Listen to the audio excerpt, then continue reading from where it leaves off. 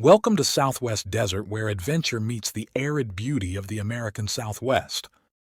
Join us as we explore the rugged landscapes, uncover hidden historical gems, and dive deep into the rich legends and culture of this iconic region. Subscribe now and hit the bell icon so you don't miss out on the latest desert adventures. Please leave a like or comment. This is very helpful. Let's journey together into the heart of the Southwest Desert.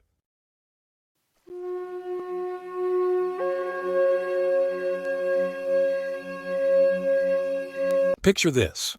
It's a dusty evening in 1865, and the main street of La Paz, Arizona is alive with the sound of shuffling cards and clinking metal. But these aren't ordinary poker chips. They're solid gold nuggets, some as heavy as a man's fist, being tossed around like pocket change. Miners and gamblers have spread their wool blankets directly on the dirt road, creating makeshift casinos under the desert stars. The stakes are high, the gold is real, and fortunes are won and lost with each hand dealt. But how did this incredible boomtown come to exist? And more mysteriously, why did it vanish so completely that not a single trace remains today? Welcome to the remarkable true story of La Paz, Arizona, a town that blazed bright and burned out fast, leaving behind only legends. Our story begins in 1862 with Captain Pauline Weaver, a legendary Arizona frontiersman who had spent years navigating the treacherous landscapes of the American Southwest. While exploring near the Colorado River, Weaver made a discovery that would change everything. Glinting in the riverbed gravels were unmistakable flakes and nuggets of placer gold. Not just a few specks, but deposits that appeared exceptionally rich and extensive. Weaver needed supplies from Fort Yuma, and during that journey, word of his incredible find leaked out. What happened next was extraordinary. News of the gold discovery spread through the territory like wildfire. Within weeks, every prospector, dreamer, and fortune seeker within hundreds of miles had heard the electrifying message. There was gold and lots of it. The result was immediate and overwhelming. A massive stampede of humanity descended upon Weaver's discovery site. Miners loaded wagons, saddled horses, and some even walked hundreds of miles through brutal desert terrain, all chasing the dream of striking it rich. And here's the incredible part. When they arrived, they weren't disappointed. The gold was everything promised and more. The placer deposits were so rich that miners made a decision that would shape Arizona history. Instead of working temporarily and moving on, they decided to stay. They built houses, established businesses, and created a permanent settlement called La Paz. But life in early La Paz was brutal. The first settlers faced conditions that would have broken lesser men. Food was so scarce that the primary diet consisted of mesquite beans scrounged from desert trees and whatever fish they could pull from the Colorado River. Yet despite these harsh conditions, morale remained high. Why? Because gold was the great equalizer. Men eating mesquite beans for breakfast were pulling nuggets worth months of wages from the river by afternoon. The evening entertainment was legendary. After long hours of backbreaking work, tired miners would gather in the main street for gambling. But this wasn't typical frontier revelry. They would spread blankets directly on the dirt road, creating impromptu gaming tables, and the currency for these high-stakes games was pure gold nuggets, some so heavy they required both hands to lift. Picture the scene: flickering firelight, shuffling cards, and the distinctive thunk of gold nuggets being tossed into growing pots. As La Paz grew, it faced the challenge of law and order without any official law enforcement. The community's character was defined when theft became a problem. A repeat offender had been systematically stealing from local stores, and citizens took matters into their own hands. They called a town meeting, not a lynch mob, but a deliberate democratic gathering. After extensive discussion, they reached a verdict. The thief would receive 25 lashes. But here's the fascinating part. After the punishment, the citizens handed the criminal $5 and ordered him to leave town permanently. This wasn't just frontier brutality. It was sophisticated community justice, combining punishment with mercy. The message was clear. La Paz wouldn't tolerate criminal behavior, but would give even criminals a chance to start fresh elsewhere. The strategy worked brilliantly. Theft virtually disappeared after this demonstration. Within just 1 year, La Paz had transformed into a thriving, diverse community of approximately 1,500 residents. This remarkable melting pot included Mexican nationals, Native American tribes, and white American settlers from across the country. La Paz evolved far beyond gold extraction. The town became a crucial transportation hub, serving as a major Colorado River landing point and essential freighting center. Its strategic importance was recognized when it became the official county seat of Yuma County. The business district was impressive. Major merchants included Gray and Company, Joseph Goldwater's commercial enterprise. Yes, an ancestor of future Senator Barry Goldwater and Isaac Goldberg's retail operations. These weren't small-time frontier traders. These were serious businessmen creating a competitive commercial environment. The diversity of services was remarkable. The town supported blacksmithing operations, commercial bakeries, agricultural services, barbering establishments, leather crafting, and local breweries. Professional services included practicing lawyers, physicians, and shipmasters managing Colorado River transportation. This wasn't a rough mining camp anymore. This was a mature, self-sustaining community with a complex economy extending far beyond gold extraction. But even as La Paz reached its golden age, forces beyond human control were setting the stage for destruction. The Colorado River, which had given the town life, began to betray its creators. Rivers in desert environments are living, changing entities. The Colorado River began a gradual but devastating shift in its natural course, slowly moving away from La Paz. At first, changes were subtle, boats working harder to reach docks, water levels seeming lower. But these small changes were the beginning of a geographic catastrophe that would doom the entire community. As the river moved, La Paz found itself increasingly isolated from steamboat navigation routes. Port facilities became useless. River-dependent businesses found themselves stranded on dry land. The strategic value that had made La Paz the county seat simply evaporated as the town lost its connection to the regional transportation network. Simultaneously, the gold deposits were showing serious depletion. Placer gravels that had seemed inexhaustible became increasingly difficult and less profitable to work. Miners who had once pulled heavy nuggets were finding only flakes, then dust, then nothing. Faced with a dying river connection and depleted gold deposits, residents faced harsh reality. Their town had no future. The response was swift and decisive. People began abandoning the community in a hurried exodus, scurrying away to find better opportunities. Most departed residents moved to Ehrenberg, just 6 miles downriver, which offered what La Paz had lost: better river access and more promising prospects. The irony was bitter. People were simply moving 6 miles to chase the same river that had abandoned their original home. Within a remarkably short time, La Paz went from a thriving community of 1,500 to a ghost town. The bustling streets where miners had gambled with gold nuggets fell silent. The diverse businesses shuttered their doors. The county seat was moved elsewhere, taking the last vestige of official importance. What happened next is perhaps the most tragic part of our story. La Paz didn't just decline. It was completely erased from existence in an almost unprecedented way. The adobe buildings began experiencing natural weathering and decay. Year after year, abandoned structures slowly crumbled from lack of maintenance, gradually returning to the desert from which they had been built. But nature wasn't finished with La Paz.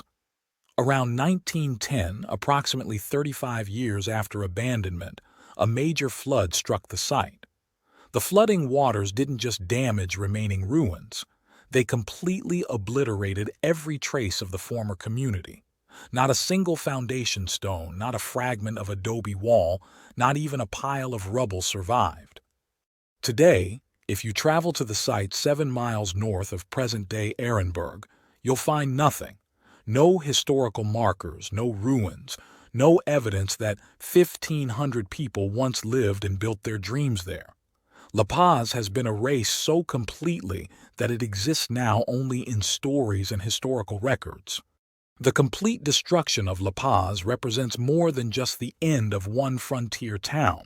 It represents a significant loss to our understanding of Arizona's early history. The town's story provides crucial insights into how diverse communities formed in the frontier West, how informal justice systems functioned, and how quickly geographic changes could create or destroy entire settlements.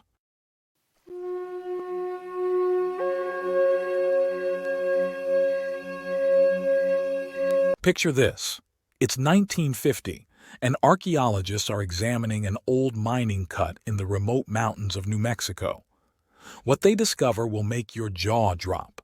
Lying in that dusty excavation is scheelite, tungsten ore, the exact material that Thomas Edison had desperately searched for 50 years earlier to perfect his electric light bulb.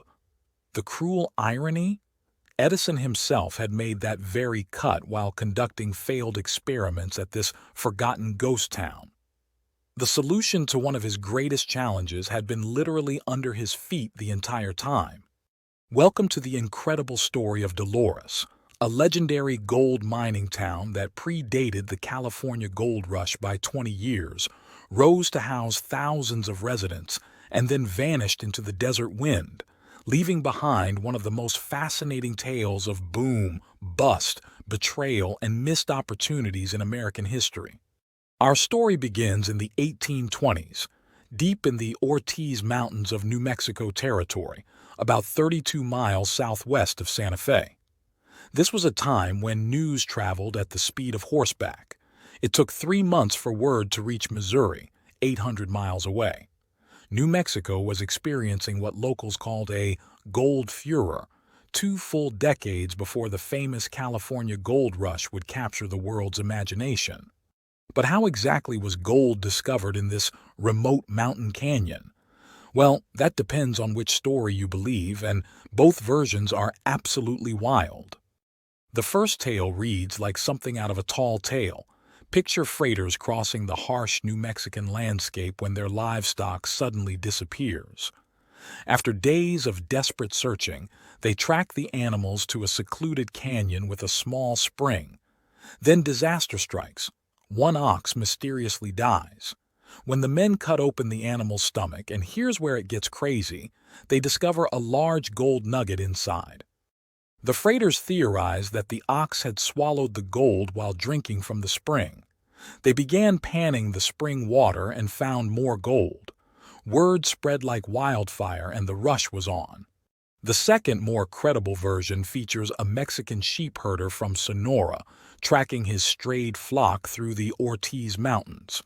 Having worked in Sonora's gold fields, he recognized rock formations similar to gold-bearing ore from his homeland. When testing proved the rocks contained gold, news spread rapidly, and the inevitable rush began.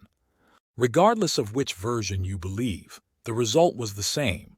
Prospectors began hurrying north from Mexico and across the country to wash out the gold-laden sands and gravels of what would become known as Rio de Dolores. What happened next was extraordinary.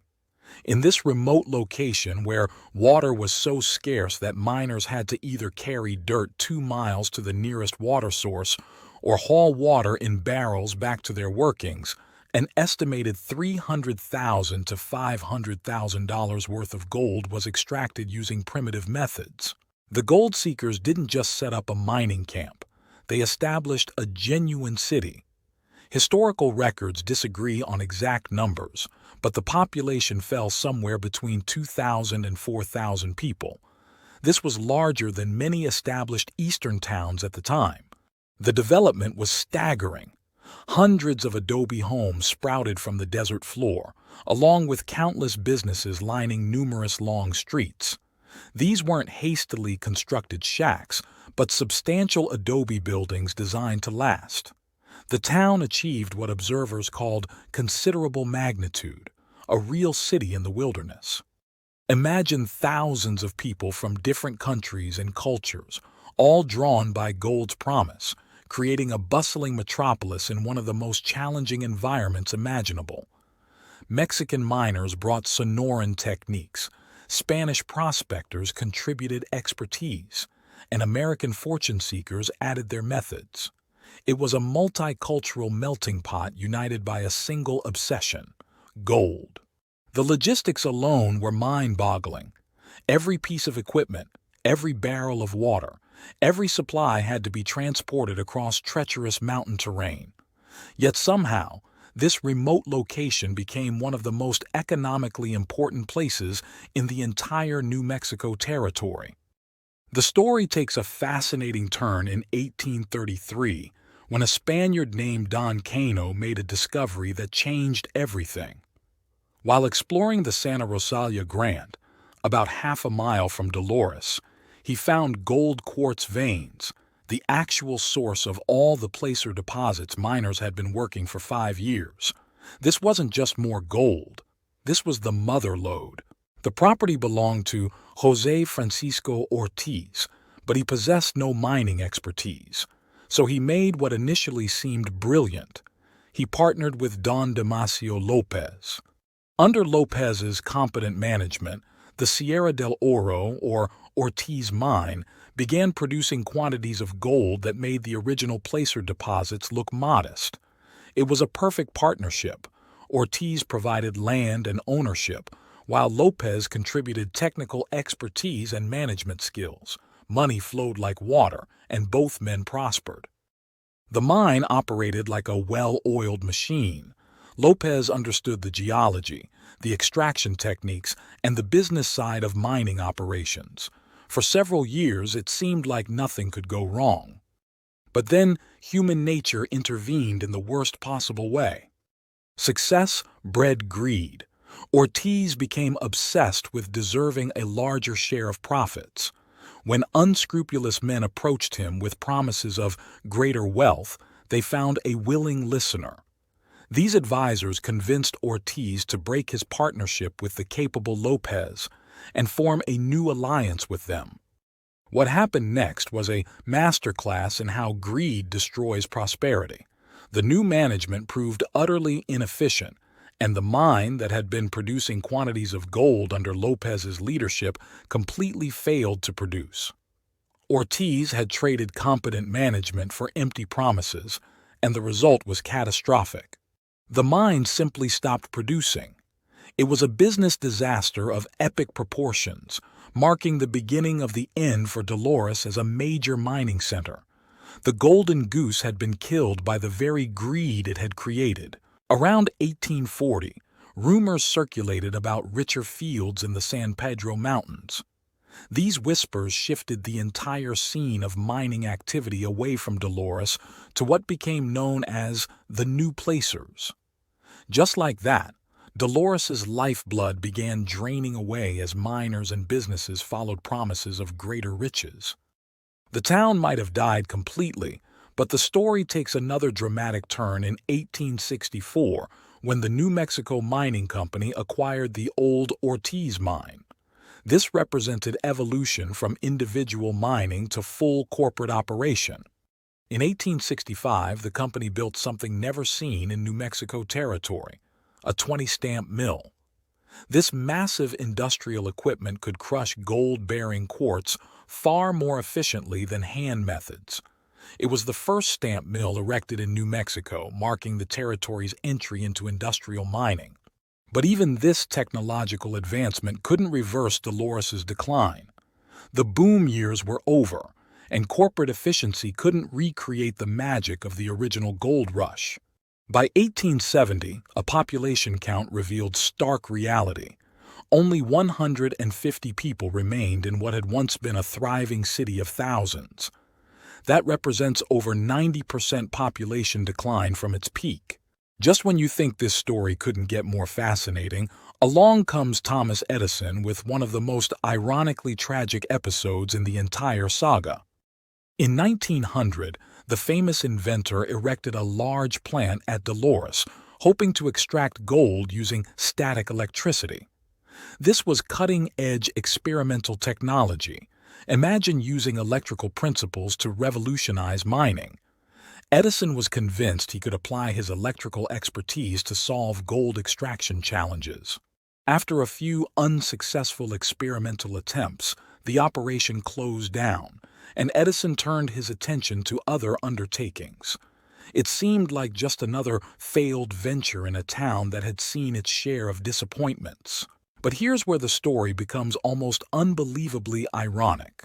While experimenting in Dolores, Edison was also desperately searching for a metal to use in heat-resistant filaments for his electric light bulbs. This was one of his career's most pressing technical challenges, finding material that could withstand high temperatures required for practical electric lighting. Edison never found that substance, or so he thought. In 1950, 50 years after Edison's failed experiments, workers discovered scheelite, tungsten ore, in an old cut made by Edison himself. Tungsten became the standard material for light bulb filaments. The solution to one of Edison's greatest technical challenges had been lying literally within his reach at Dolores. It's the kind of cosmic irony that makes you wonder about all the solutions lying right under our noses, waiting to be discovered. Today, visitors to Dolores will find precious little of its former glory. An old general store and saloon now serves as a private ranch headquarters. The rest of the former town site is marked by numerous rock tailings piles, silent testimony to extensive mining operations that once made this remote location one of New Mexico Territory's most important economic centers. The story of Dolores represents far more than another boom-and-bust mining town. It's a microcosm of American ambition, international cooperation, technological evolution, and the eternal human search for fortune that built the modern West.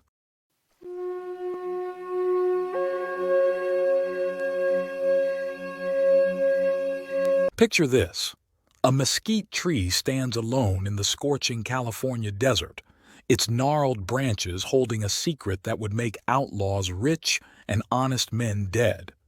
Attached to its trunk, a weathered wooden box swings in the desert wind, a makeshift post office where desperados deposit stolen gold and blood money, knowing that certain stagecoach drivers will carry their messages into the lawless mining camps of the Panamint Mountains.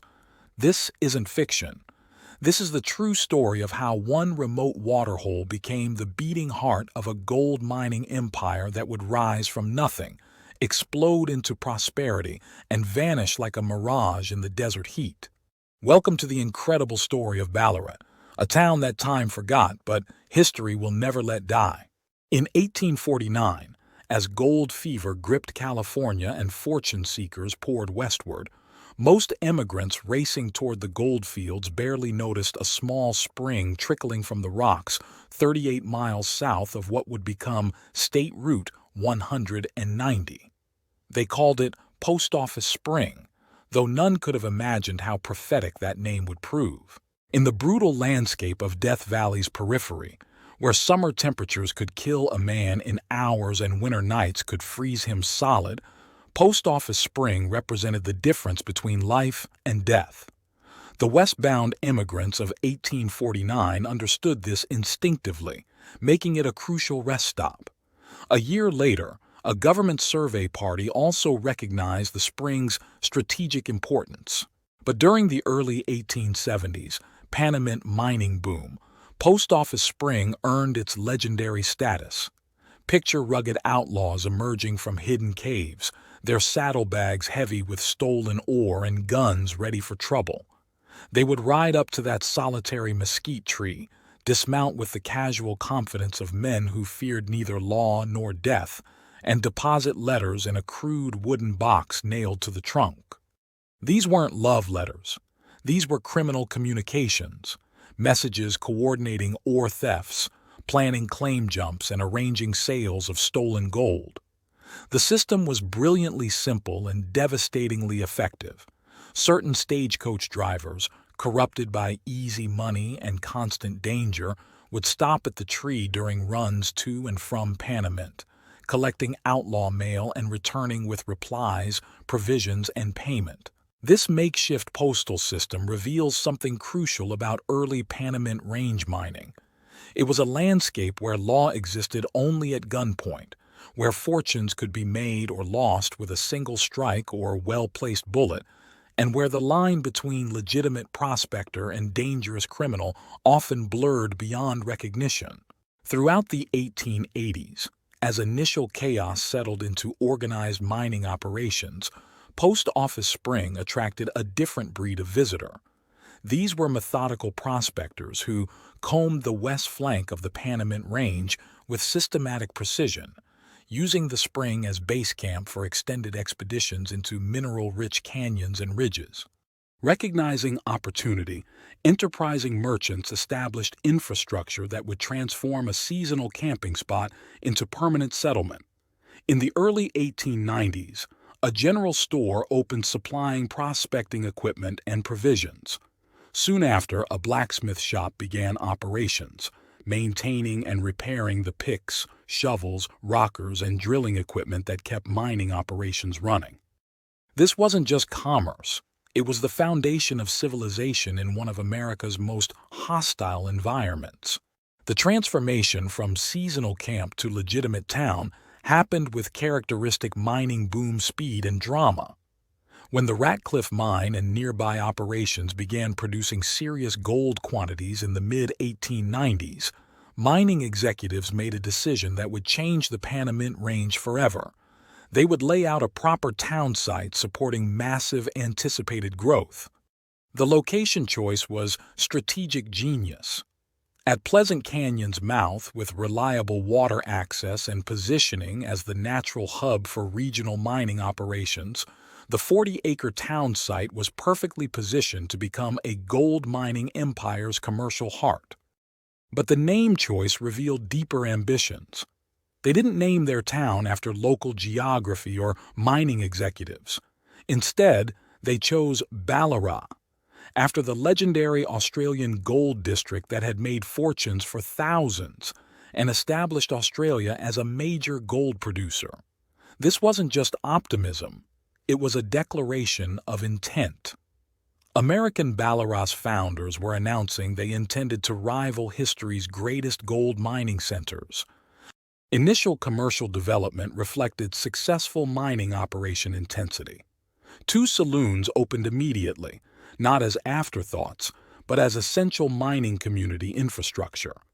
In the isolated, dangerous world of gold mining, saloons served as social centers, informal banks, employment offices, and communication hubs. The specialized general store recognized that Ballarat's prosperity would rise or fall with surrounding mining success.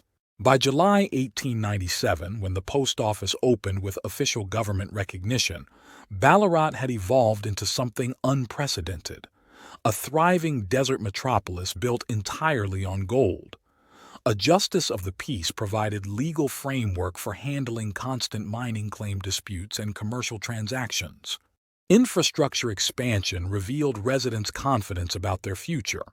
A school served mine supervisors and permanent workers' families, showing people expected to build lives here, not just extract wealth and leave.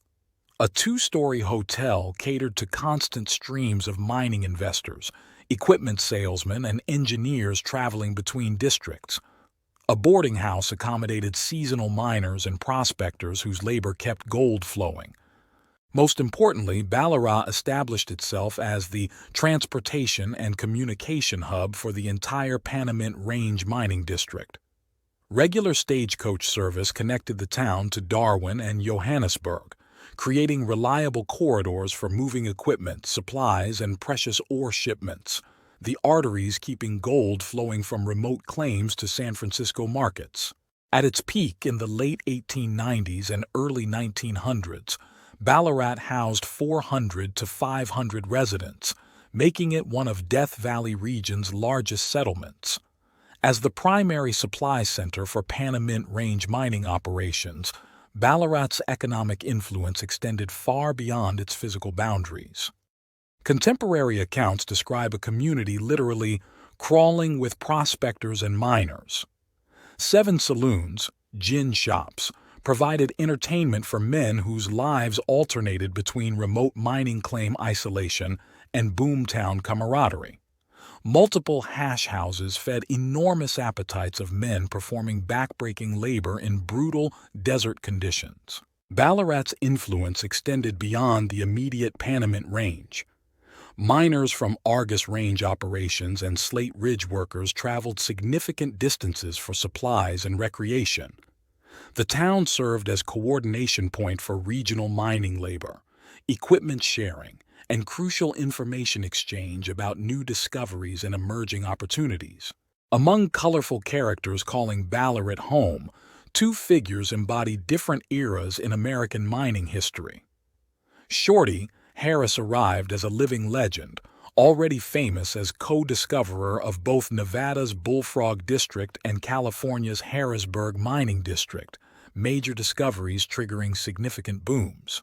Harris chose to spend final years in Ballarat because the town represented everything he valued about mining culture: independence, optimism, and community among men understanding prospecting's unique challenges. His 1934 death marked an era's end.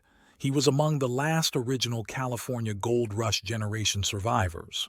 Seldom seen Slim represented different tradition entirely. Arriving during Ballarat's decline, he stayed long after official abandonment, becoming one of the legendary desert hermits populating American West folklore. His decision to live alone in abandoned mining town until 1968 death wasn't eccentricity. It was faith that gold was still there, waiting for someone with patience and skill to find it. Ballarat's decline came as swift and dramatic as its rise.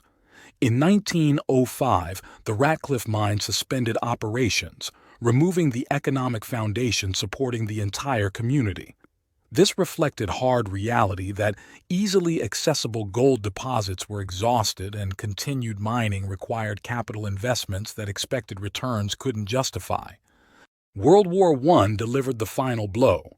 The war shifted national mining priorities from gold to strategic minerals, while improved transportation infrastructure made remote mining towns obsolete. Large corporations with modern equipment could extract remaining wealth more profitably from consolidated operations closer to major transportation networks. The September 1917 post office closure marked official end of Ballarat as functioning community, but the town's death had been gradual abandonment as residents sought opportunities elsewhere. Today, visitors can still see adobe walls, scattered dwellings, and cemetery marking where 400 people once built a thriving city in one of America's most challenging environments.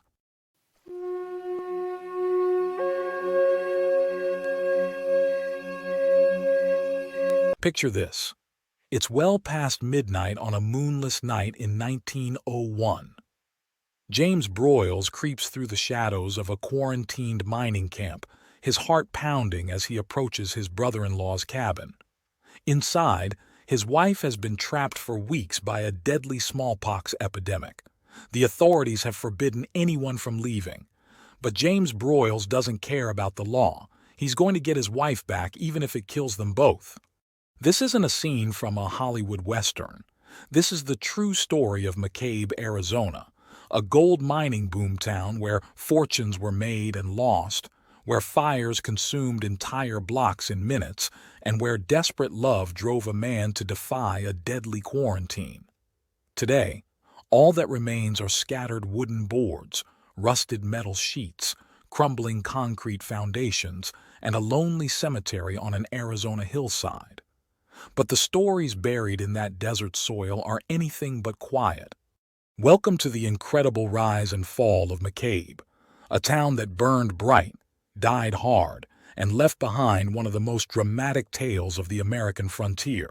The story begins in the 1890s, when the Arizona Territory was still wild country where fortunes could be made by anyone brave enough to chase rumors of gold through unforgiving desert mountains. Word spread like wildfire. There was gold in the hills near Prescott. Real gold, profitable gold. The McCabe mine didn't just produce gold, it produced hope. As news of profitable strikes reached mining camps across the Southwest, white canvas tents started appearing like mushrooms after rain, dotting the landscape as prospectors and dreamers flocked to the area. Soon, those temporary shelters gave way to brown wooden cabins scattered across the gulches and slopes. McCabe wasn't content to remain just another rough mining camp. Even before the town had an official post office, it was developing what residents proudly called metropolitan heirs. A telephone line, an absolute marvel of technology, stretched to Prescott, connecting this remote outpost to civilization.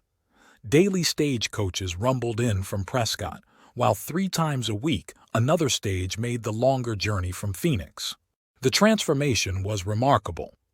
Dr. Robert N. Looney arrived in 1896 and constructed a small 6-bed hospital, showing just how optimistic everyone was about McCabe's future.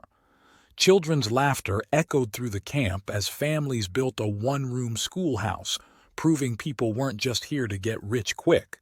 They were building something lasting. At its peak, McCabe housed between 300 and 600 souls. The camp pulsed with the constant rhythm of mining equipment, the shouts of workers, and the sounds of a community that believed its best days lay ahead. But frontier life was never predictable, and McCabe learned that lesson on a sweltering July night in 1900. Just before midnight on July 5th, flames began dancing inside Jerry's Last Chance saloon. Maybe it was a knocked-over lantern or a carelessly discarded cigar. Whatever caused the blaze, it found perfect conditions for destruction. Frontier towns were tinderboxes. Wooden buildings, dry mountain air, and structures built close together created a nightmare when fire struck. The flames that started in Jerry's saloon didn't stay there long. They leaped from building to building with terrifying speed, consuming everything in their path. Residents stumbled from their beds to find their world turning orange and red. The fire spread so rapidly that there was little time for anything but desperate flight. People grabbed what they could and ran as the flames devoured their homes and dreams. When the sun rose on July 6th, 14 buildings lay in smoldering ruins. The heart of McCabe's commercial district had been gutted, but this was the frontier, where resilience was required for survival. McCabe's residents began rebuilding, determined not to let fire defeat their community. Less than a year after the fire, McCabe faced an enemy that couldn't be fought with buckets of water. In May 1901, smallpox arrived in camp, invisible, patient, and merciless. Smallpox killed roughly 1 in 3 people it infected. When cases appeared in McCabe, territorial health authorities established a quarantine barrier around the entire camp. No one could leave without official permission. This is where our story takes its most dramatic turn. Mrs. James Broyles had traveled from Ash Fork to visit her brother in McCabe. During her visit, her brother contracted smallpox. Suddenly, she was trapped in a quarantined house with a dangerously ill man, unable to return home to her husband. Days turned into weeks. Meanwhile, James Broyles waited in Ash Fork, alone and increasingly desperate. His wife was trapped in a disease-ridden camp, possibly exposed to a killer plague, and there was nothing he could legally do about it. As days crawled by with no end to the quarantine in sight, James Broyles made a decision that would land him before a territorial judge. He was going to get his wife back, law or no law. What happened next reads like a dime novel, except it was absolutely real. Late one night, James Broyles crept into the quarantine camp under cover of darkness. He was risking his life, not just from smallpox, but from the legal consequences of violating a public health order. Somehow, he slipped past the quarantine barriers and found his way to his brother-in-law's house. We can only imagine the reunion, the relief, the fear, the urgent whispered plans for escape. By morning, both James and Mrs. Broyles had vanished from McCabe. Their plan might have worked if they had headed straight home to Ash Fork. Instead, the next day, the couple was spotted walking the streets of Prescott. Word travels fast in small communities, and someone recognized Mrs. Broyles, realizing she hadn't been officially liberated from quarantine. The case was brought before Judge Moore, who found himself dealing with a situation that perfectly captured the tension between individual rights and public safety.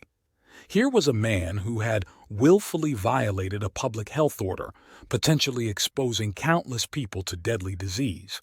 But he had done it for love. James Broyles stood before the judge and entered a guilty plea. He didn't deny what he had done or make excuses.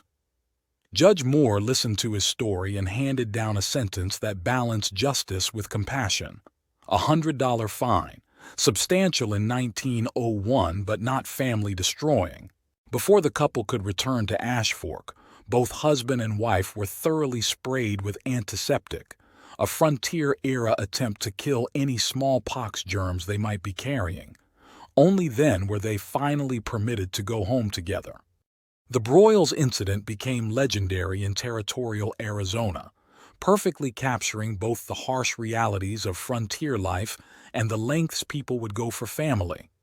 McCabe survived the fire of 1900 and the smallpox epidemic of 1901, but these disasters were warning signs of the community's fundamental vulnerability. The town existed for one reason: the gold mine. Everything else depended entirely on that single economic engine. For over 2 decades, the McCabe mine had been a reliable producer, generating the profits that built and sustained the community. But by 1913, the golden promise that created McCabe was running out. Whether from depleted ore veins, declining gold prices, or simply the natural life cycle of mining ventures, the McCabe mine closed its doors for the final time. The impact was immediate and devastating. With the mine shuttered, there was no reason for most people to stay.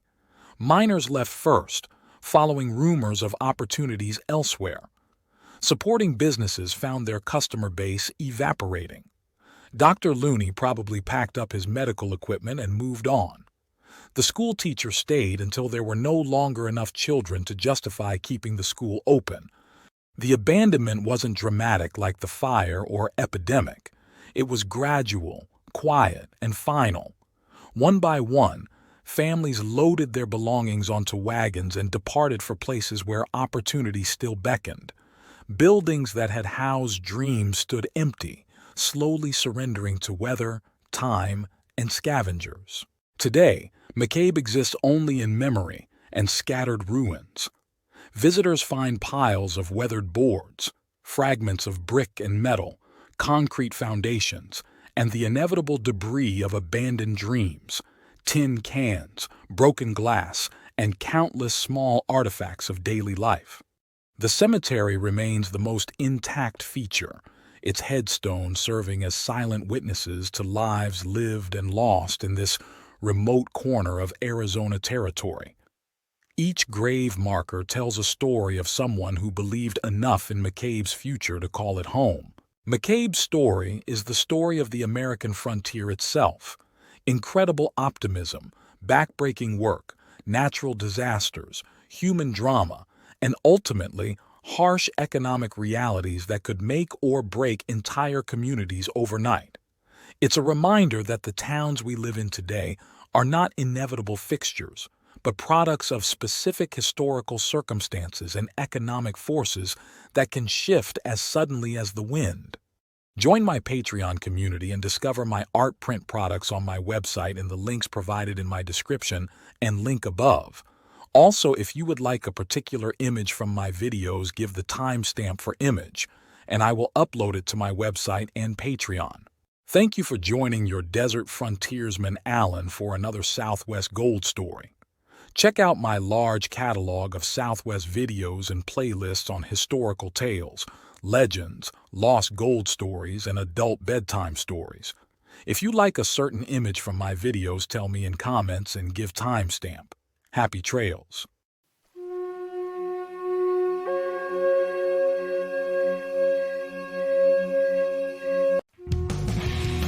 Thanks for watching. If you enjoyed this video, don't forget to like, comment, share, and subscribe for more great content. Hit the notification bell so you never miss an update. See you in the next video.